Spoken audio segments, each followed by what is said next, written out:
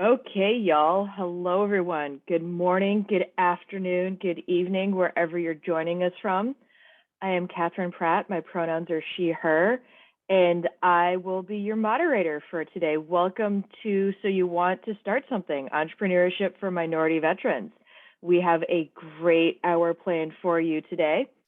And what we're going to be talking about is entrepreneurship. It's a challenging journey filled with some of the highest highs and the lowest lows. For veterans, entrepreneurship has been a post-military pathway dating back to World War II, when nearly half of all U.S. veterans owned or operated a business.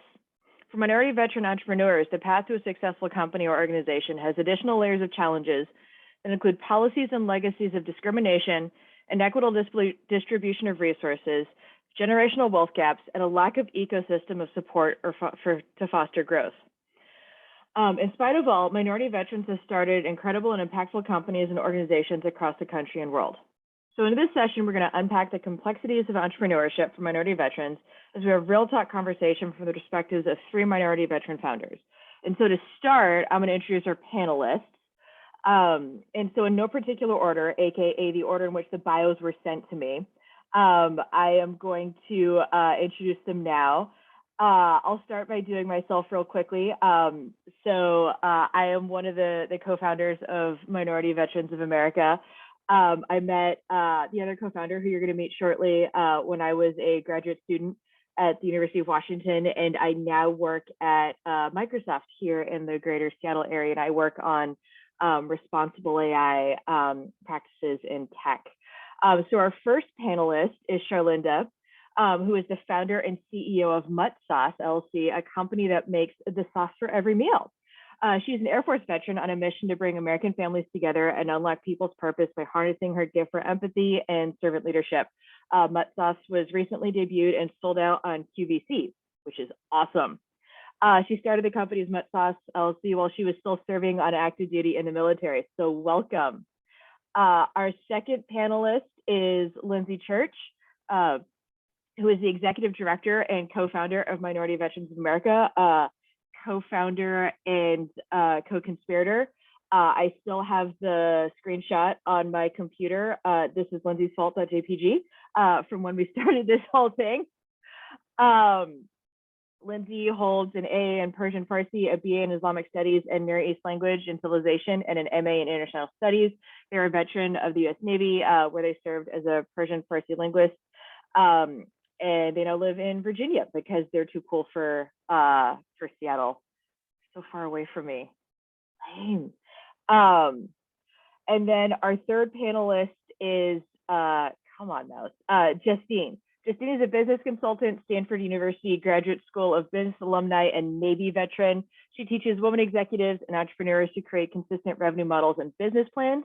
Her authentic leadership style paired with her passion for building psychologically safe and inclusive environments are the secret to the energetic, high-powered teams that she builds and leads. She successfully bootstrapped over $500,000 in donations and led over 40 volunteers during her time as president and founder of the Paradigm Switch, which was acquired by Columbia University in June of 2021. And she now serves as the first military spouse under the Center for Veteran Transmission and Reintegration. So with that, I want to welcome all of our panelists. And without further ado, since we have a lot of ground to cover, I'm going to jump in to the first question. So many entrepreneurs will tell them that they didn't find entrepreneurship, entrepreneurship found them. What are y'all's entrepreneurship stories? How did you decide to start something of your own? And so this is going to be for all the panelists. And I'm going to go ahead and start with Justine. Awesome. So entrepreneurship definitely found me. At the time of starting the Paradigm Switch, which was my first company, I was actually working for Bunker Labs, and I was a part of their executive team, and I was one of the OG members of that nonprofit, as we call it. And I was really immersed in the entrepreneur space, helping other veterans start and grow their businesses. And as I was doing that, I was finding that a lot of military spouses wanted to participate and needed the same access to information. But more importantly, the unemployment rate was so high, and living in San Francisco, I saw the gap with tech. I started noticing a problem in the space of people needing remote employees and needing them to specialize in tech, coding, UX design, and different areas. And so I just started solving the problem by building scholarships for military spouses, which then evolved into building curriculum and teaching them how to work anywhere in the world while still providing scholarships and building a global community. And I just kind of took one thing at a time and it snowballed from there. But it really started from solving a problem that I personally identified with. That as yeah, I'm a veteran, but I also have been a military spouse for 17 years. And quite often people say, "Why do you move so much?" And people forget that, my husband is still serving and I live that life as well. Awesome. Charlinda, let's go to you. Well, hey, I just want to say thanks for having me. I'm glad to be with all these superstars this morning. So entrepreneurship found me too. I was on active duty. I'd been on active duty for about 8 years, and I was eating a meal, and I just thought that it sucked. And so I'm like, something's missing. And it was that nostalgia. There was something nostalgic that I was craving, and it happened to be this sauce that my grandfather made. It had been in my family for years, and he was trying to solve a problem. He thought people were wasteful with condiments, and if he could mix up the perfect concoction of all your favorite flavors, then that would be one sauce for all, and he would solve that. And so that's where it started. When I asked my mom, what would happen to the recipe after he passed away, unfortunately, and she handed me an envelope with a piece of paper. It was the original recipe, and he asked me to have it, which I thought was very humbling. So small gesture, right? Piece of paper. Everything that people see with mutt sauce started from a piece of paper and a gesture with no instructions. But I thought that it meant something, like I should take care of my family some kind of way. I sought mentorship on how to start a business and just followed the good old checklist. And now here we are 7 years later with what you see now. That is outstanding. Shameless plug. Your next step should totally be the space station, because I hear that the astronauts are really missing hot sauce and tasting things when they go to space. So if you find it in NASA, that should be your next plug there. Lindsay, over to you.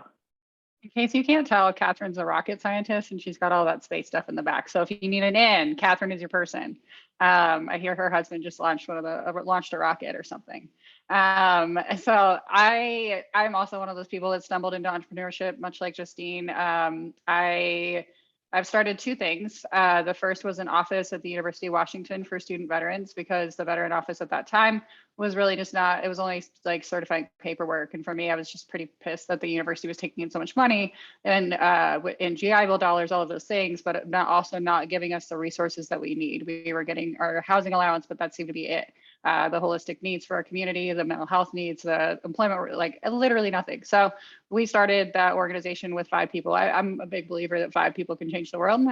So when we started MBA, it was during 2017, one of the hardest times I think our community and our generation has seen in the social landscape. And so for minority veterans, this was literally not even possible at that time. People wouldn't talk about literally anything to do with identity.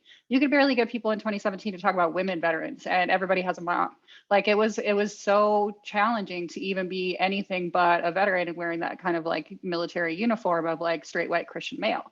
If you didn't fit that bucket, there was nothing out there for you. And so for me, I was like, I'm kind of over this. I'm not just going to sit here and wait for this. And these old organizations, the young organizations, none of them are changing to meet the needs that we have. And so rather than sit around and do nothing, pull the veteran card and just all right, I'm going to do this. And so again, 5 people in my living room turned into what you see today.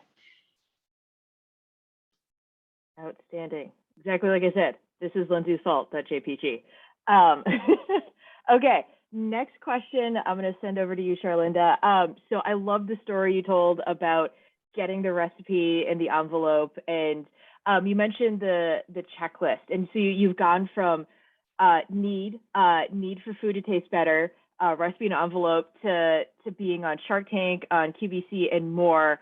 What was the journey like in figuring things out? Like, how did you actually begin to sort of say, put the checklist together? Who did you reach out to? How did you actually sort of get from point A to where you are now? Certainly, and thanks for that question, because it's a lot more complicated than just throw some sauce in a bottle. So it was at the very beginning, I had went on Google and looked up free help. That's where it started. But the organization that popped up was SCORE, and you can go to score.org, and that's a nonprofit that's across the U.S. You can find one in your nearest city, and I like the fact that these are people who maybe were former business owners or executives, and they just have a heart to continue serving. So they volunteer their time to help people start up their businesses. And I was very fortunate to have my mentor, John Suter, and he was actually about my grandfather's age if he was still alive, but he was very patient with me. And he had this thing called speed of determination. When I asked him how long it takes to start up a business, he's like, well, I work at the speed of determination. However determined you are to make it happen is how fast this will happen. But he was also very organized, and he met me where I was at. And that's now like a personal mantra of mine when I'm interacting with people. Meet them where they are. Don't try to push them to a point that they're not ready for. Or if your customers are needing something, listen to them and their needs before trying to insert your own desires. So he met me where I was at, and where that was at was I lacked financial literacy in life. Even being in the military was the first time that I'm trying to learn how to pay off things, and I didn't have that background. Nobody was teaching me about savings and stocks, and if you know better, you do better. And he knew that I didn't understand profit loss statements, balance sheets, taxes, none of that. So he told me the first thing you need to do is get your financial house in order.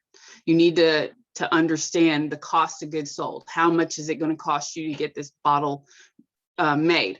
Look at your time. Your time as an entrepreneur is valuable. You probably don't see it now, but you will eventually. You are serving your country. You're on an active duty contract. Your priority is service. So we're going to find a way to make these bottles that doesn't impede your ability to serve full time. So I started out as a co-packaged product. A lot of food entrepreneurs start at home, but I actually saved my money from my military career. I bootstrapped it with $25,000 of my military savings. I will admit I was going to buy a BMW with it, but I decided not to. That was my goal. Financial literacy, right? My big goal in life was to buy a hot sports car. So I took that and bootstrapped the business. And I did little things like make sure you get your barcodes and things that you wouldn't need unless you're trying to get into Kroger. But he's like, I want you to have Kroger mentality from day one. I want you to start working on that today.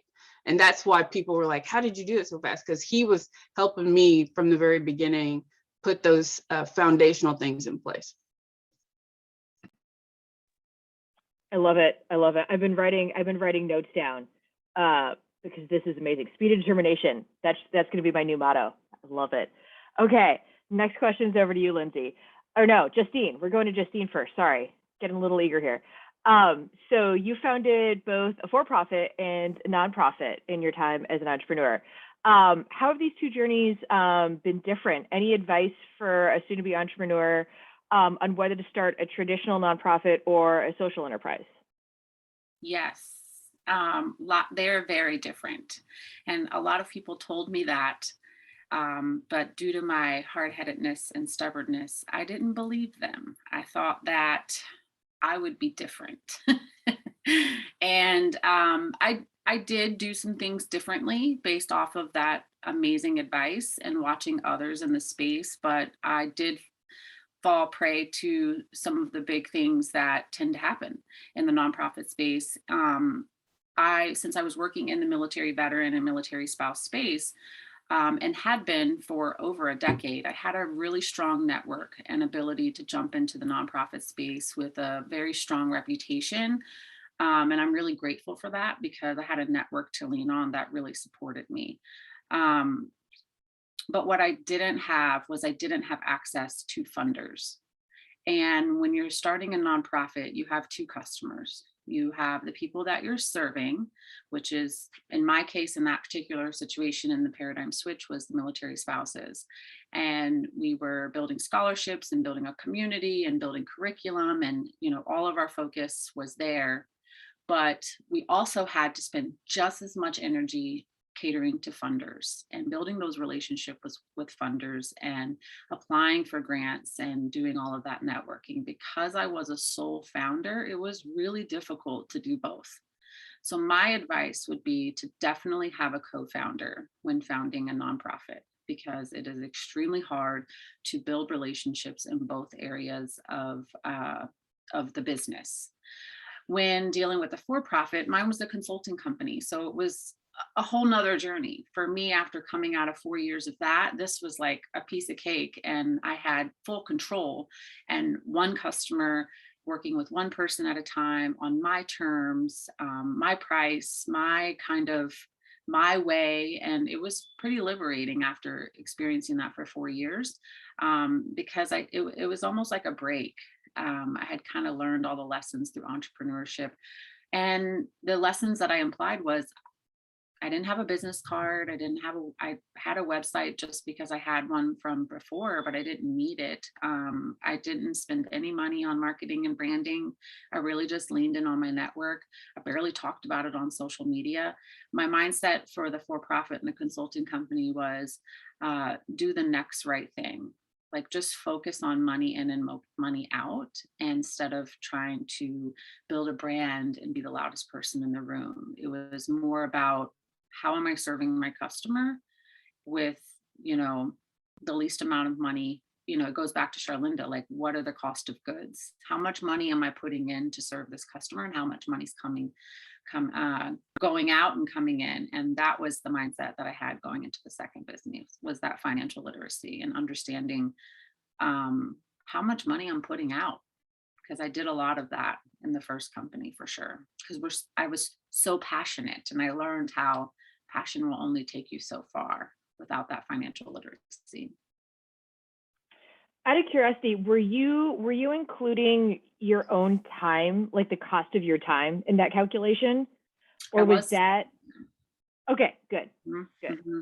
Not the first time at all. Definitely, I did not. I had no value on my time, and towards the end of that 4-year run, I definitely did. And that actually is what led to that decision with the merge and making those decisions. So, which is actually down spiraled into, current decisions I'm making in my career, for sure. Awesome. Yes. Time is money. If you're doing something, calculate how much your time is worth when you're doing that. That's outstanding. Okay. Back over to you, Lindsay. Okay. So you said you launched a national nonprofit from your living room with 5 people and a dream of something that could be better for minority veteran community. How did you decide to take that leap, and what are some factors folks should consider when they are starting to think about sort of starting a nonprofit? So let's see. So we were one of the 5 people in my living room, and also one of the biggest reasons why I decided to take that leap is because I knew I wasn't alone. I think that founding something alone is really scary, and also like the thought of founding an organization on my own was overwhelming, and I think it's really important to have like a community that supports it from the beginning, especially if you're starting a community-driven organization. For me, I knew that I wanted this to be a community of people, and so starting it by myself felt inauthentic to the journey that we were kind of starting. So I think that having that community of support to start with was probably the biggest reason why I felt like I could take that leap. And if I had to kind of look at how I did it, and look at this again. So something I think people think, so nonprofits like veterans, we really want to start them. We're service oriented. We want to serve the community. We want to be out there. We want to create our own solutions. We know what the problems are. One thing that we don't often do though is assess the landscape of what's already out there. Everybody wants to start something, but nobody wants to look at whether or not they're the only ones doing it. And then the frustration comes in the very beginning, because the very first question you're going to get is, and I'm pretty sure both of you are going to shake your head or nod your head, is what makes you unique? What makes you different than everybody else out there? You know, Charlinda, what makes you unique with the sauce that you're making? You know, Justine, what makes you unique with the nonprofits and for-profits? What makes your consulting unique? What makes MBA unique? And God bless the fact that we were actually the first ones to kind of start this intersectional movement. But that question very much could have been different had I not done at least some baseline like investigation as to whether or not there were more folks like us out there. Because there's nothing harder than trying to fundraise for a nonprofit that there are 17 of that match it.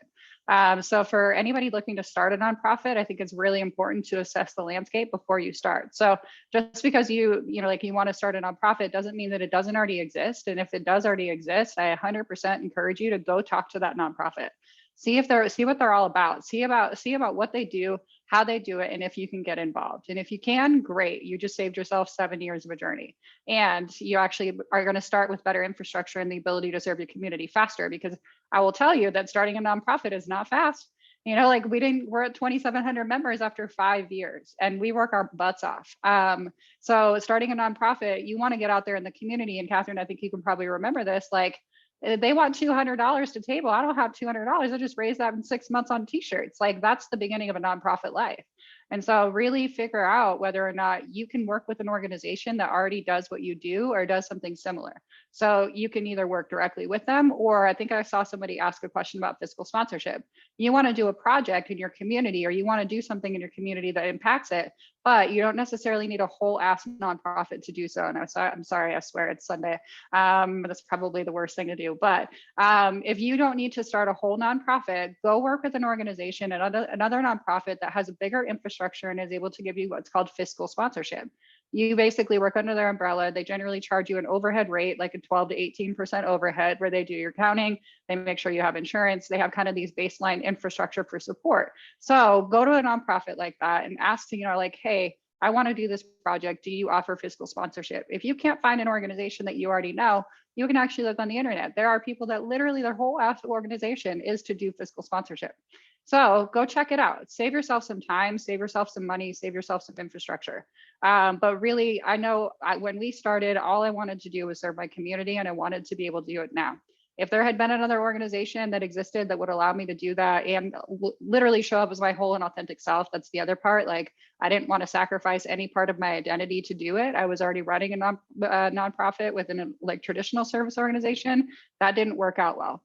But if there is a place that you can thrive, that you can be yourself, that you can lead your projects, go start there first, and then go back to the drawing board if there isn't.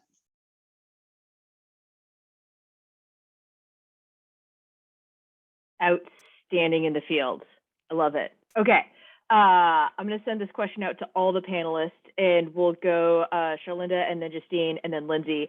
We're going to talk about something a lot of entrepreneurs don't like to talk about, which is failure. Have y'all ever failed on your entrepreneurship journey? Has it not gone the way that you wanted it to go? What happened, and how did you navigate that? How did you overcome it? Or is it something you're like, you know what, that was not maybe the path I was supposed to take, and we're going to redirect and go over here? Yeah, failure. I think I just failed my way up. I know it sounds crazy, but everything that the mountain of success that people think that I have acquired, there's all this failure. Like, it's just this mountain of like climbing up one failure after the other. I gave a speech at this conference called Military Influencer Conference in Washington, D.C. a few years ago. And I think it was the first time people actually saw like what was really going on behind the scenes with Mud Sauce. For example, I was the first winner of the Bob Evans Farms Heroes to CEOs contest, which they were looking across the country for 3 veteran-owned businesses that they thought needed not only funding, but mentorship and support to help them get to the next level if they saw that they had that potential. So imagine being the first grand prize winner, and they tell you that your mentor is Damon John, and you're sitting there. They put you and him in a room together with 2 chairs, and he's like, "What do you want to know?" And I'm staring at him, and he doesn't know why my jaw's to the floor. It wasn't because I was like, "Oh my God, David John." It was because I went to Shark Tank, and they tell you when you prepare for Shark Tank Think of a couple of sharks that you specifically want to pitch to that you know would resonate with your story and your product that you think would be a good deal. You're basically just pitching to that specific person. I was like, Damon John. I show up to Shark Tank and I get there. I was like, so which sharks? Because they're not all there at the same time. I was like, which sharks are here? And they said, oh yeah, everybody except for Damon John. And I sat there like, what? Yeah, Damon's not here. And I was active duty. So I knew devil's advocate, I might not get a deal. If I was a devil's advocate, I would say, I'm not going to give her a deal because she's only been in business for 6 months. This is a real investment deal. So my story of Shark Tank, I got epically rejected, y'all. Like that was my first business rejection. Now, most people strive to get on to Shark Tank. Like that's the top of the mountain. 6 months into business, they're like, no. But you cannot internalize these things. You cannot say because one person doesn't like your product or your idea that overall it's not meant to be, because there's something inside of you that says this has to happen. You wake up, you go to sleep. It's like, you know, the author who has a story that's unwritten in their head, walking around with them every day. And so you just have to push past all the rejection and the naysayers and follow that feeling. Because I truly believe that things are not denied, they're just delayed. And so that's what happened. I'm sitting in this room looking at him and I'm thinking of all of the failures. On top of that, the week after, so I sat there, I call it my Sandra Bullock moment. I don't know if you guys remember her speech that she gave, and she was just like, I'm the luckiest wife in the world. My husband is my best friend, blah, blah, blah, blah, blah. And she almost like forgot to actually thank the people, the movie that she made, because she was showering all this praise on her husband. And then the very next, it was like almost the next week, found out that he was never faithful to her ever. I had a Sandra Bullock moment the very next week after Bob Evans. And so you're impressed every single day. And you're trying to cover up the fact that you're going through the worst pain of your entire life. And I ended up living in an apartment with no furniture for 4 months while everyone saw me in magazines and TV shows and stuff like that. And you're just literally trying to put your life back together and figure out who you are and all of these things at the same time your business is going 100 miles an hour. So those things happen. Life is going to happen. You're going to have your own demons. I'm a disabled vet, have like raging anxiety. And it's something that you just have to let these experiences fuel your self-actualization, because you're being handed, even though you have rock bottom moments, you're being given perspective. You're being given a moment to figure out what you like, what you don't like, what your mission is, and that feeling inside of you grows over the years. So I really feel like those things help me self-actualize and become comfortable with who I am and why I'm here and what's my why, what am I supposed to do?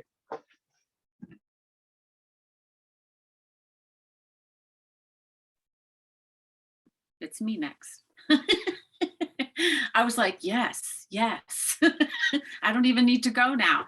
Yeah, I mean, I would agree with all of that. And just to piggyback on that, one of the biggest failures that comes to mind for me is definitely losing funding at the end of 2019 and having to lay off my entire team the first week of December, right before the holidays. That was really painful. That was really hard. And I had to take full responsibility for that because, like I said, and earlier in the panel, is that I now know in hindsight that I did a bad job maintaining and building relationships with funders. I was very focused on our community and the customer and the curriculum. So the customer and the product.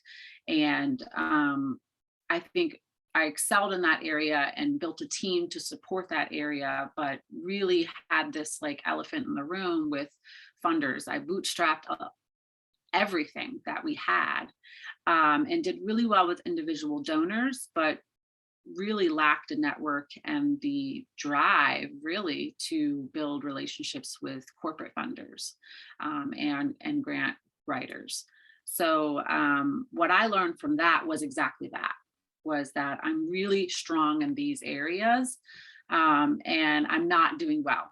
I need to admit that, like, this is just not my jam. Like, I'm just not really the person that wants to be on the hill passing laws, and I don't want to be at all the big fancy corporate events. It just doesn't feel authentic to me. And so, which was hard for me because life happens, as Charlinda said. And at this time, I was in early recovery. So I started my business at the summer of 2017 and then hit rock bottom in my addiction 6 months later.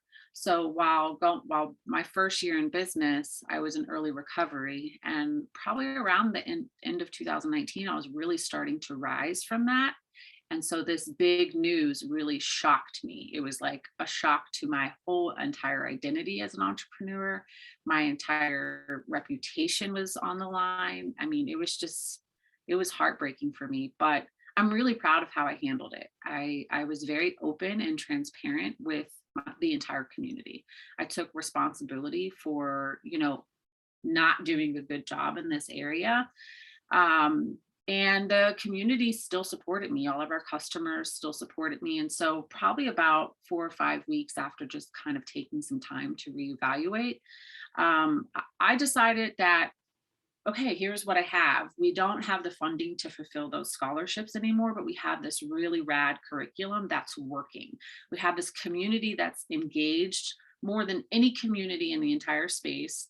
We were not the first to market, but we definitely were in the single digits of first to market. And we have something that is not available in the community or in the space. And how can I make this kind of diamond in the rough last a lifetime versus trying to do everything? And at that moment, I kind of started to switch my mindset to what is my end game.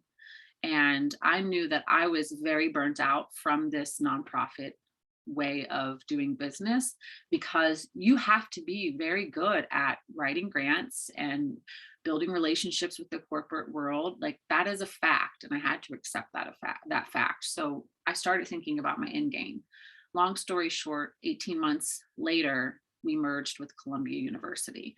And that was my plan from the beginning, was to merge with a large organization that would take my baby and carry it on for a lifetime and kind of I don't know what word I'm trying to think of, but cater to that, that this started here and now it's here and someone else can take it and run. And so I had to really grieve the hard work. I had to really learn how to let go. And how I did that was, I'm willing to put in 1 year. I built an all volunteer team. I built a new board. I didn't invest any money. I just kind of said, this is the small team. This is the volunteer team. This is the new board. We're going to do this at a slow pace. But the goal here is to, eventually allow someone to take this on and move on from this, because we don't have the funding to maintain that. So that's where it got us. June 2021, we merged, and we've dissolved the organization, and we'll file taxes one more time in January, and it's all done. And it's such a great chapter of my career in life, to be honest with you. And that self-actualization that Charlinda mentioned is, it's a huge part of my identity. And if I would not have experienced all of that, I would not be as self-aware as I am today. I would not have the ability to be humble. I wouldn't have the ability to know my strengths and weaknesses, and I wouldn't have the ability to know when it's enough. That's really important as an entrepreneur. You have to know when to stop. You have to know when this isn't working, and be smart enough to figure out how to find something that is working. So now it's my turn, and I hope I get some nods on this. I fail all the time, especially I feel like entrepreneurship is like learning to fail gracefully. I really honestly, so in the beginning of entrepreneurship, I think 80% of everything that I did was failing. And then your average and your odds kind of go up a little bit as you have more resources to execute the things. But the beginning is a struggle. So I learned how to gracefully fail in like the very beginning. So I, much like you, Sherlinda, I was hard-headed. I am hard-headed. And Justine, I think you're also hard-headed. I know you very well. Like people will tell you things and you won't listen to it because like, you know better, you know how to do this. Like you're different, your community's different. And like, you'll tell yourself everything. So when we were first starting, people would tell me, dig deep, don't dig far, like don't dig deep, build your roots, don't try to spread far. And I was like, hold my beer, I'm going to do it. And I swear we had like 12 chapters in the beginning of MBA. Like anybody that wanted a city, like any city that wanted an MBA location, I was like, here's your t-shirt, go ahead and do it. Mind you, now two of those chapters still exist, Atlanta and Seattle. One, because Seattle, we had a dedicated group support, and Atlanta, we had Keyshawn Ballard, who's just killed it ever since, and still was with MBA like 3 years later, God bless her soul. But like we tried so hard to like do everything at once that we failed miserably at almost everything. We picked it back up, and obviously like we wouldn't be here if we had failed so epically, but I started to learn over time that like I had zero value for my time. I was like, I have all of the time in the world. I was working a full-time job at the same time. So like every night I would work 4 10s just so I could have Friday off to have conversations with people, like whoever it was that was going to be funding our organization. And then Friday, Saturday, Sunday, I worked all day, all night. Every night I was working. I had zero value for my own time and what I was putting into it. I was like, I just need to put in more time and it's going to be fine. And that actually isn't necessarily the reality or the right way to do it either. So I now, 5 years, almost 5 years into this, I've started to ask questions of people that I think are smarter than me. This is the newest found trait of myself. So I started asking questions of people that, like, I get more emails in a day than I know what to do with, and like more things, like more tasking that just keeps popping up, and I don't know how to manage all of it because now my life is chaos because I'm an entrepreneur in the middle of my journey. And I had to ask one of my best friends, who's like the most high-powered person that I know. I was like, I don't understand even how to navigate my inbox. And she is like a executive, and she's like, you know what I do sometimes? I literally go into my entire email box and delete the whole thing. And I was like, excuse me, what? Dial that back just for a second. And I was like, holy shit, you do what? And she literally deletes her entire email box. And she's like, the things that are most important, somebody will send me a message about. Everything else I can't do. Like we sometimes as entrepreneurs, we want to take on literally everything. And as high-powered people, we think we can, and we cannot. You will fall short on this. So what I started to do is like, okay, what can I actually manage, and what can I actually do, and what can I actually accomplish? And really started figuring out, all right, I'm not going to have 17 programs. I'm not going to have 78 chapters. I'm going to have 3 dedicated programs, and I'm going to work really hard on those. I'm going to have 4 dedicated chapters, and we're going to work really hard to resource those before we start the next ones. And started getting really smarter about this. I'm still not smart. I still, fail all the time. I literally fail every single day. Like on the other panel that's happening right now, we couldn't get our panelists into. Like I used to last year when we were doing this whole session, I would freak out over something like that. And I started to really learn what is failure, because there's failure and then there's being a perfectionist. You can be a perfectionist and fail all the time. And then there's real failure. What does it really mean to fail? Like setting out your goals and setting out what you're trying to do. Are you failing at that? Because you can't be perfect. We had 73 speakers at this week's summit, or this weekend summit. I'm not going to be perfect on all of them.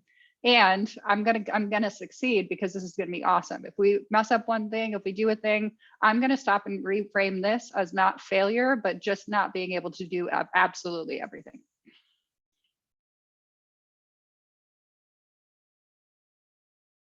Outstanding in the field. Okay, another round of questions for everyone. I'm gonna go Justine, Lindsay, and then Sherlinda. As minority veteran entrepreneurs, what would you say are the greatest gaps that minority veteran entrepreneurs face, and how do these gaps differ from dominant culture veterans? I would say for me, it was definitely being a woman. I had a really strong network in the veteran space since I had worked there for over a decade, well over a decade, specializing in the higher education space. And then when I kind of transferred over to the entrepreneur space, working as an executive at Bunker Labs and a few other accelerator programs, I was the only woman in the room. I was the only woman at the table.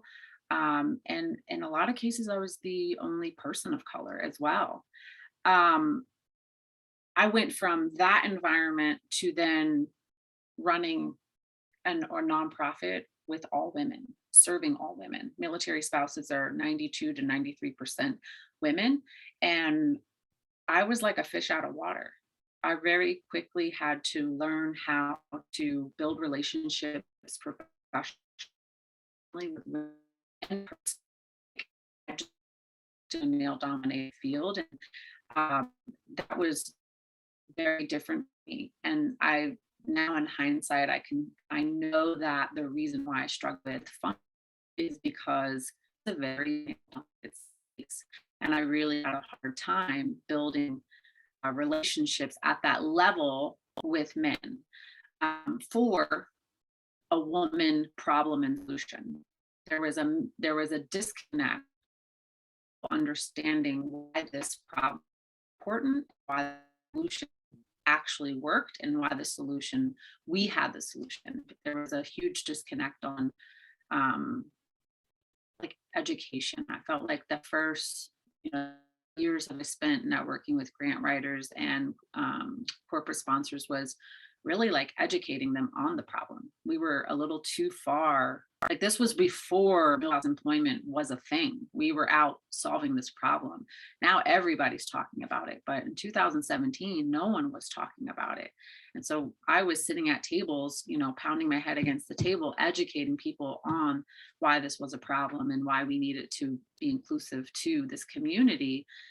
Because they were facing similar problems, and it all connected. And so I was able to kind of bring in experience, but being a woman solving a woman's problem in a male dominated space and a woman of color, it was very difficult for me. I felt a lot of like people talking down to me, people misunderstanding, very inappropriate LinkedIn messages, which blows my mind.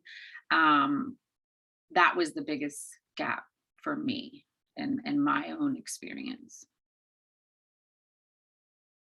And for my perspective, I think the two things that I would hit on are generational wealth and generational knowledge. First and foremost, like the wage and wealth gap for minority communities is huge. Most minorities don't inherit generational wealth. They scrape it together and make decisions about what kind of car they're going to drive, as opposed to whether or not they're going to start a business. Because we don't, like, communities, a lot, especially in listed populations, like we come from poverty. A lot of us like grew up very poor. I mean, I'm the child of a woman veteran. Like we grew up very poor. And so there was no generational wealth to pass down to say, hey, mom, I want to start a nonprofit. Would you be my first donor? Like, no, it's more likely that I'm going to serve my mom than I'm going to get funding from my mom. And so I was just listening to the homelessness panel, and that it was kind of the same idea. Is like when you're experiencing homelessness, some people have their parents to call to say, hey, I need money for rent. And some people, there's literally not even a parent to call. And so the generational wealth aspect can't be underestimated or understated when it comes to starting, especially for-profit businesses. The other thing is generational knowledge, and Justine, you hit a little bit onto it about the fact that like we don't have that institutional knowledge. Charlinda, you talked about like financial literacy. My mom was a controller of a company. She knew finances, but I didn't know how to do anything like that. I was lucky that she had scraped together after military service to go get her finance or like get a degree in accounting. But that's not common. Like that knowledge base that we're looking for isn't really there. And our mentors, we are our own mentors. Like when it comes to minority communities succeeding, you're kind of looking at the first generation of that happening. So who are our mentors when we're the ones that are looked to in the community as the ones that have made it so far? So I think it's important to understand that like we are the first generation of people to really have access to opportunity in some ways, but there are very few mentors out there that look like us. Like Justine, you were talking about being a woman in this space. Try being non-binary. I'm the only one ever. Like there are no non-binary nonprofit leaders in the veteran space. Tell me another one. There aren't any. So when you're looking for mentors and you're looking for that knowledge base, that's a huge gap for us to find people that have experienced the same things, that understand what it feels like to hit that wall, and how to get through it. So I think knowledge and wealth are the two things that we have very little of.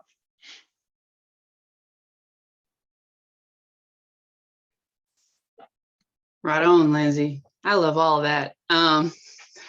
So I was trying to organize what I would say was like, Justine hit on it, Lindsay hit on it. They're so right.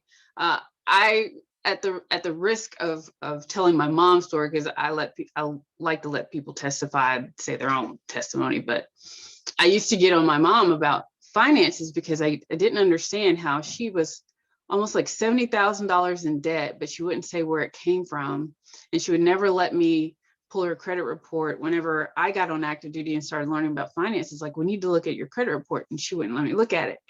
But what she was hiding all those years, and finally, it took maybe 5 years for her to talk about it. It was her student loans. And I was like, you got a home economics degree in Tennessee. Like, why? What in the world? Did you also study astrophysics on the side? Like, what is going on? But what she admitted, and it just broke me, because she said, do you know how you got into this gifted and talented camp? Do you know how you were able to go to Chicago to see the Women's World Cup with all your friends? And do you know how I paid for Thanksgiving whenever your grandparents were in the hospital and they wanted to have Thanksgiving with everybody at the nursing home? She would just max out her student loan every time, and took the extra money to make sure that I never, even though we lived in the projects and all that, that I never felt poor, or I didn't have to endure more teasing than I was already getting teased as a dark-skinned Black girl in the middle of Tennessee. So I know that they did what they could do with the knowledge that they had, right, Lindsay? They had what they knew, and they did all they could. And now we kind of have that responsibility to say, thank you. Thank you for your service. Thank you for your sacrifice. Thank you for everything that you've done. I got the baton now. I know better, so I'm going to do better. And so here's what I'm going to do. One thing that's really hard for us to do, one, is ask for help. We're so used to like, I got it. No, I got it. Don't worry about it. Don't worry about it. But other people, no, they're like, yeah, I need $5,000. Could you spare blah, So it's hard for us because we don't want to inconvenience people. We don't want anybody else to feel a burden, and that feeling of, I'm supposed to take care of you. Okay. Your time of taking care of me is done. I'm here for you now. As an entrepreneur, that was really hard, but I realized that there's goodness in hiring what you suck at, because you're not good at everything. Hire what you suck at. And the faster you do that, you'll see a big change in your company. Seeing setbacks instead of superpowers. And that was a big one. I had to step into that. I think it was really after George Floyd, I started to see a big shift in the conversations about minorities and disparities in representation, and what is wrong with the legal system, and all of these things related to minorities and women. I was asked to be on panels, and there was a lot of times where I would talk to some of my fellow minorities and veterans, and they're like, man, you know what? They don't want to hear what I really have to say. I was like, yes, they do. Like, that's why they're inviting you, to hear a different perspective, finally. So the poverty and the struggle and the discrimination and the harassment and all of these things are unfortunate, horrible things that we've had to deal with, but they're also our superpowers, because we have survived and been through things that people just are completely oblivious to. So that is your superpower, to be the person to speak up and speak out on these issues. And I've tried to harness those setbacks. My anxiety, my divorce is now my superpower, because you're more connected to the world than the people who haven't been through anything. So use that as your weapon to make an impact. And don't shy away from being the first person, the only person, the token person. I used to hate that. I'm like, man, I'm the only Black girl in all these classes. Like, I'm gonna have to answer the question. Yep, we're about to talk about slavery. Shalenda, what do you think? I don't know. Like, what am I supposed to say? Like, so I used to hate it. I used to hate it so much. But now when it's like, hey, we don't have any women on this board of directors, would you? Yes. We don't have any women veterans to go speak at the Ohio Senate. Would you like to? Yes. So I will say yes. If I don't see someone, then you can step up and be that person. And that's where my mindset is now. All of the snaps. I love it. Okay. We have 2 more questions, so much more knowledge to gain. I'm actually going to roll up some of the Q&A questions we've been getting into this next question. This is for everyone. We'll go Lindsay and then Charlinda and then Justine. Resources. Everyone's got questions about resources. Where do you find the tools? Where can you get a knowledge base? We got questions in the chat about VOC rehab assistance from the VA. It seems like there's self-employment pathways that aren't explained despite being a program that's listed on the VOC rehab website. Are there other resources that aren't bunker labs for military entrepreneurs who want to start nonprofits? Someone shamelessly asked, can we connect with you on LinkedIn? I saw Lindsay already dropped their link into the chat thread. It sounds like there's just a lot of need for people who are saying, I want to do this. I need that first step. And I think Charlinda particularly calling out score.us at the beginning has been super helpful. But what are some of the other resources that people can start looking for? So I think I found a few just on my own. I will say for the good and the bad of Bunker Labs, all 3 of us have been through Bunker Labs.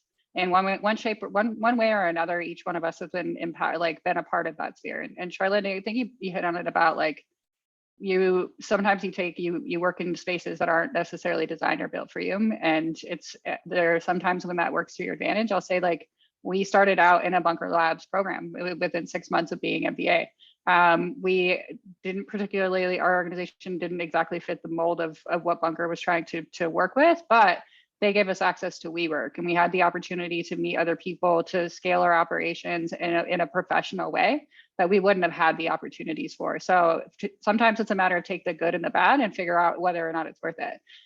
For some people it will be, and for some people it will be for a minute, and then you'll walk away like I did, and you'll find your next step. I've been through other fellowships, and I think it's important to go out and look for the fellowships that meet the needs that you're looking for. Everybody has a different one. You can be a minority veteran and not want to be a part of a minority organization or minority fellowship. You can be a minority veteran and really want to be a part of a minority fellowship. There are fellowships out there for literally everybody. Justine and I have actually been through Summit, another fellowship, which I'll drop in the chat here in a minute, for social entrepreneurs. So folks that are looking to fix the world's problems. That's a fellowship that we've been a part of. I didn't get everything that I thought that I would out of each one of these programs, but I did get something. I got access to opportunities, I got access to networking, and found what was most valuable to me in each one of those. So I will tell you, as a non-binary queer person, most of these spaces are literally not designed for me to be a part of them, and actually most of them are designed to keep me out of them. And you're never going to know those things until you walk into the organization, you talk with other people in the community. Was this a beneficial resource for you? And really just get out there and start looking for what is it that you're looking to meet your skills gap. So I think a lot of this is about skills gap and what do you know? Like finance is a big one. So look for a fellowship where you can learn those business tactics and those business techniques that you're looking for. If you're looking for how to become a consultant, you're going to find a fellowship for that. So really just figuring out and honing in on what is it that you care about the most. Is it about identity related things? Is it about business related things? And find that fellowship that meets your needs. So I'm going to drop the Summit link in the chat here in a second, but I'll let you all, whatever resources you all probably have a lot more. I can't remember who's next. Go ahead, Charlinda. Okay, so I'm going to just rattle off a few. If you're a business owner, it was great for me to join my local Chamber of Commerce. I think that's a great local network of business owners. There's usually like a ribbon cutting event. I remember having my first launch event was because they have a ribbon cutting for every new business. And when I tell a story about selling out our first production in a week, those purchases came just from the members of the Chamber of Commerce. So it was worthwhile to have that network. As far as finding funding, I would say sign up for Hello Alice. They're constantly giving information about grants that are available.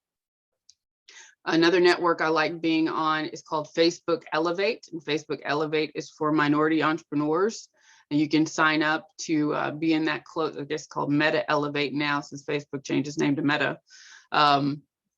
They're constantly sharing information about opportunities, how to upgrade your accounts, how to make sure that you're getting the most out of all the features that they have on Facebook and Instagram. Make sure that you're just always the dumbest person. I know that Lindsay hit on it a little bit, but yeah, I go to events where I know that I'm going to be the small fish and like everybody's a pretty big deal. There's this place here in Ohio called Aileron, and they have a course. It's called the Course for Presidents, and it's open to CEOs across the United States. And in that 5 days, I felt like I rapidly elevated my my business, because they take you as an entrepreneur. It's like entrepreneur boot camp, and they strip you down to who you are as a person. Like, why are you here and why are you doing this? I want you to meet multi-million-dollar businesses. I want you to meet multi-generational wealth, like CEOs. There was a key company that had 5 generations of CEOs there. He wanted all of his kids and grandkids. He said, I want them all to attend this course. It's very important that we prep them as people to be leaders of this company before I scoot out. So people like that were in there. So I look for programs where you're going to grow. Even the people that I work with, my CPA,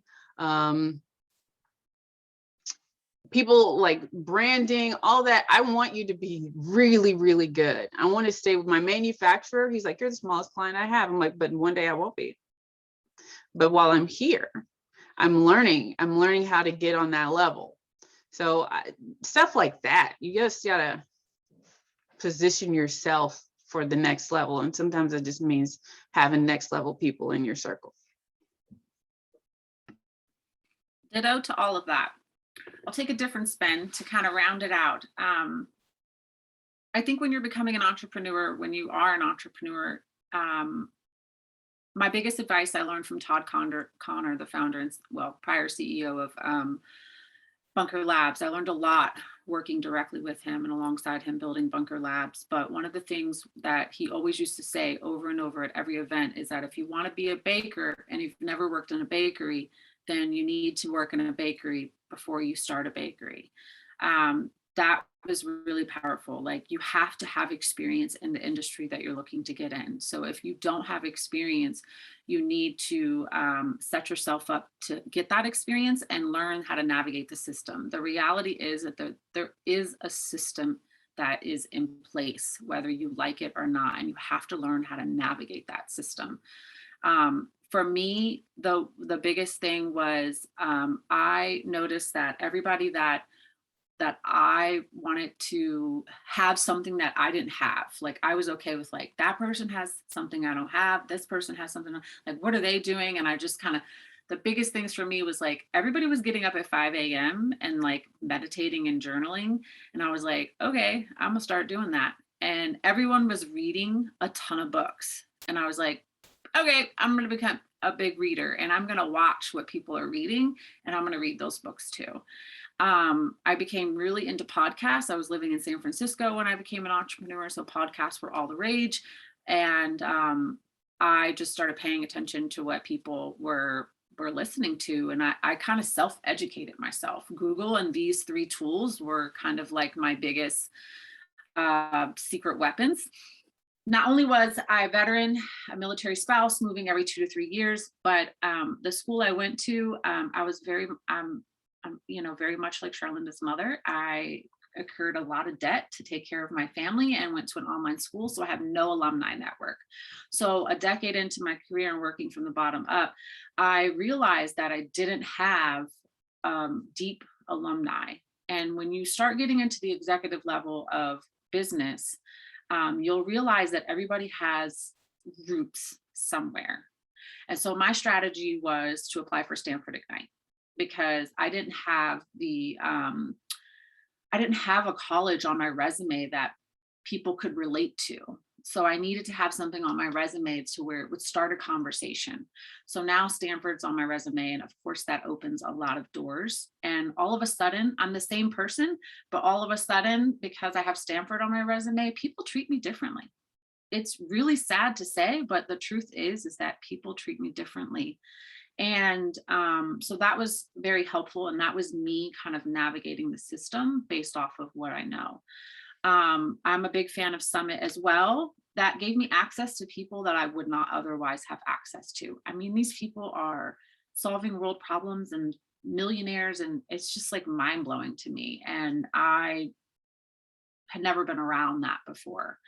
And then LinkedIn was a huge tool for me. I was leveraging LinkedIn before anybody was leveraging LinkedIn. And I've always believed in LinkedIn because I move so much. So making sure that I'm posting certain points of my journey with my online network is super important for me, maintaining relationships with people that I don't live around because I move so much. I mean, I moved to Ukraine and moved back to the United States in 90 days. If it wasn't for Facebook and LinkedIn and Instagram, no one would even know what was going on. And then lastly, two things: relationships. Like I would not have been able to merge my nonprofit with Columbia University. That was based on a relationship. That was based on a deep relationship from years ago, and somebody working with me behind the scenes quietly. And the last thing I'll leave you with is I mentioned that I'm in recovery. And as I've been in recovery, my recovery network has been extremely helpful. And that's not something that a lot of people talk about, but addiction does not discriminate. Mental illness does not discriminate. And the help that I've gotten along the way with my addiction and mental illness, those people behind the scenes have probably become my family and the biggest supporters, because those mental illness and addiction don't discriminate. So I'm meeting people from all over the world and walks of life. And it's a secret code that we have. So I'm really grateful for those experiences, because I have a gift that other people don't have. And I lean into it and navigate the system any way that I can. Wow. Okay. I want to thank everyone for the authenticity and the realness that you brought to all of your answers today. Looking at the chat, it sounds like everyone is really resonating with all the things you're saying. We're going to ask one more question. Sorry to keep you all from lunch. We're going to make this quick lightning round. We're going to go Shalinda, Justine, and then Lindsay. Lindsay, I'll let you have the last word. If you could go back in time and go back to the, day one, your day one of your entrepreneurship journey, and tell yourself something that you wish you knew, what would it be? Everything that your grandfather told you was true. When I was a kid, he said, humility will take you further than money. And some of the rooms that I've been in, I haven't had to spend a dime. And people wonder, like, how did you get there? I said, I was just grateful and humble. I walk with gratitude and humility. That's it. Mine is don't assume, and you don't know shit. Go into the room not assuming, and you will find humility. And when you are facing roadblocks, lead with no ego. And it's really hard for the veteran community because in the military, we have to have it all together and be shit hot. But the reality is that that's not going to take you very far in this space. That I know everything and everything is going so well, that's not going to take you far in this space. People can see right through that shit in the civilian world. Like, if you don't know something, don't fake it. Linda, I laughed because the very first thing that was running through my head was listen to your elders, and then you literally let in with that. Everything my grandfather said was right, so that was one of them. But the two things I would say is find your people, find your style. Being invited into the room means nothing if you're not authentically yourself And you can be in the coolest rooms ever and you get invited to places, but it means shit when you go home if you don't value yourself, value your time. And honestly, like, I think the biggest thing is like, remember what you're fighting for. Like within what I say all the time now, here I am 5 years, like we're fighting for joy. Like the whole idea of entrepreneurship and starting something is like being able to control your own destiny and build something. But it's all about experiencing joy at the end of the day. Are you happy with what you're doing? Are you happy with where you're going? And are you happy in that room? Like that room that you're in that's like makes you feel fancy is not also going to make you feel happy. Making it into that room is not success. Success is about building yourself up and believing in yourself and building something you're proud of and having your honor and your dignity at the end of the day. And your ethics and your values. Those are all really important characters. Like, don't give those up. Outstanding in the field. Okay. I don't know about y'all, but I got my page of notes right here. If we had time, I'd read off my highlights, but that was incredible. Thank you everyone for joining us. Thank you to all of our panelists for all the knowledge that you shared with us today. This was fantastic. Really appreciate all the time, all the energy that you have brought with us today. Go enjoy lunch, come back and enjoy the last afternoon of the summit, and enjoy the rest of your day. Thanks, everybody. Bye, friends.